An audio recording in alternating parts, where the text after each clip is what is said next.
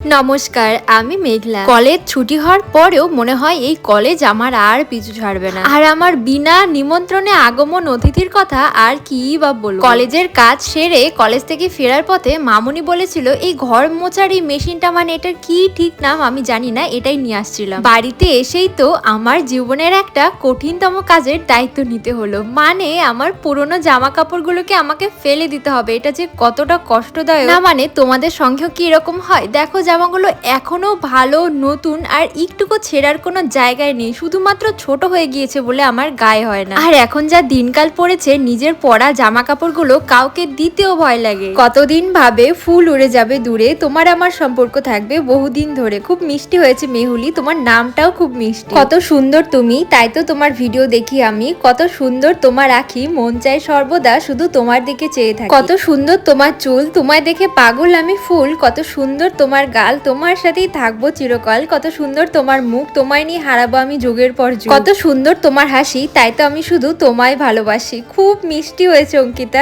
বাড়িতে আরো দুটো নতুন জিনিস অ্যাড হলো। একটা হচ্ছে এই ময়লা তোলার, এটাকে কি বলে ঠিক জানি না, আর এই রেড কালারের সেলফটা যেটা আমি অর্গানাইজ করছিলাম। তো চলো আজকের ভিডিও এখানেই শেষ করছি। রাধে রাধে।